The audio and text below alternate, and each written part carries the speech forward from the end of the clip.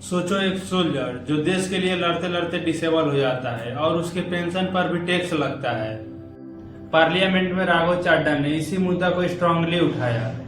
Sir, एक सैनिक जब बॉर्डर पर गोली खाता है तो या तो वो शहीद हो जाता है या यदि वो बच जाता है तो उसके शरीर का कोई अंग वो खो देता है, डिसेबल हो जाता है। इसके चलते सरकार उसे डिसेबिलिटी पेंशन देती है। ये कोई एहसान नहीं है, ये इनाम नहीं है, ये मुआवजा है, क्योंकि उसने देश की रक्षा करते हुए अपना एक अंग खो दिया, अपनी एक चीज अपनी जीवन, अब वो एक रिड्यूस्ड क्वालिटी ऑफ लाइफ जिएगा। लेकिन विडंबना है कि आज हम इस डिसेबिलिटी पेंशन पर भी इनकम टैक्स लगाने जा रहे हैं। इस यूनियन बजट 2026 में फाइनेंस मिनिस्टर ने tax exemption on disability pension को विड्रॉ किया है और 1922 से डिसेबल पेंशन आर्म्ड फोर्सेस को जो दी जा रही थी उस पर कोई इनकम टैक्स नहीं था।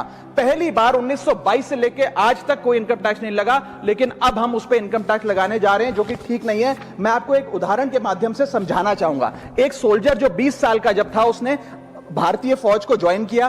25 साल सर्विस करने के बाद एक्सट्रीम कंडीशंस में उसने दिवाली बंकर में मनाई, ईद बॉर्डर पे मनाई, क्रिसमस के दौरान पेट्रोलिंग करी, अपने बच्चों के बर्थडे, अपनी मैरिज एनिवर्सरी, सुख दुख के मौके सब मिस किए। लेकिन उसने अपने सैक्रिफाइस को कभी टैक्स लैब और टैक्स एग्जेम्पशन के चश्मे से नहीं देखा। लेकिन जब ऑपरेशन के दौरान किसी इंजरी के चलते वो अपना कोई अंग खो देता है और मेडिकल बोर्ड उसे 40 से 50% डिसेबल घोषित कर देती है, तो उसके पास दो चॉइसेस होती हैं। या तो वो सर्विस छोड़ दे और पेंशन लेने शुरू लग जाए। अगर सर्विस छोड़ के वो पेंशन लेने लग जाता है तो उसकी पेंशन एग्जेम्प्ट है। लेकिन अगर वो सर्विस नहीं छोड़कर अपनी पूरी टेन्योर काम करता है, अपाहिज होने के बाद, डिसेबल होने के बावजूद भारत माता की सेवा में कार्यरत रहता है, तो उसको डिसेबिलिटी पेंशन जब मिलती है रिटायरमेंट के उपरांत, तो उस पर इनकम टैक्स इस अमेंडमेंट के द्वारा लगाया जा रहा है। सर,